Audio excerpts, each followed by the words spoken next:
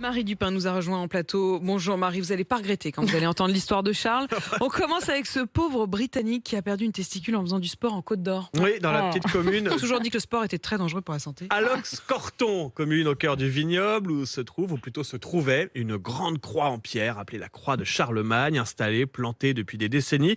Mais la semaine dernière, les gendarmes sont alertés par des habitants. La croix est à terre, détruite en plusieurs morceaux. Alors, qui a bien pu s'en prendre à l'édifice ? Eh bien, il y a plusieurs indices sur les lieux. Un tapis de sport, des sangles, des taches de sang. Les gendarmes comprennent que c'est probablement un sportif amateur qui a détruit la croix en voulant s'y accrocher pour faire du sport. Encore faut-il le retrouver.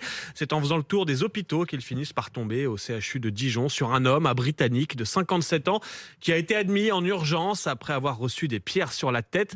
L'homme a même perdu donc une testicule dans la bataille. C'est ballot. Il explique aux gendarmes qu'il a voulu profiter de la beauté du lieu et de la croix pour faire du sport.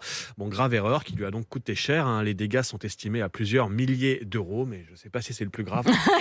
Sans compter les séquelles physiques. Voilà. Sport toujours, mais avec deux records. Charles. D'abord, le record du monde de la planche. Vous savez, la position de gainage qui consiste à rester allongé, parallèle au sol, en reposant uniquement sur les avant-bras et la pointe des pieds.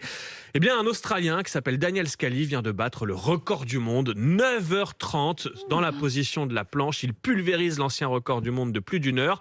Alors, pour vous donner une idée, oui, l'année dernière, on avait été impressionnés quand Didier Deschamps avait confié à Apolline qu'il arrivait à maintenir la position pendant une heure. C'est déjà énorme. J'ai testé hier. Mon record personnel est de 24 secondes. On est loin du record du monde. Non, t'exagères. Et puisqu'on parle d'exploits sportifs, autre entrée dans le Guinness Book des records, celui de la plus vieille haltérophile du monde. Elle est américaine. Elle s'appelle Edith et elle a 100 ans. Mais oui, ça, c'est magnifique. Centenaire qui soulève de la fonte.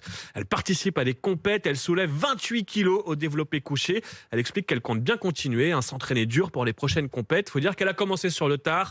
Edith s'est mise à l'haltérophilie à l'âge de 91 ans.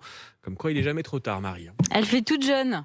Oui, ça maintient. Moi, je suggère à la municipalité d'Alox-Corton de les inviter tous les trois pour une grande fête du sport. On voit que la croix de Charlemagne autour de la croix de Charlemagne.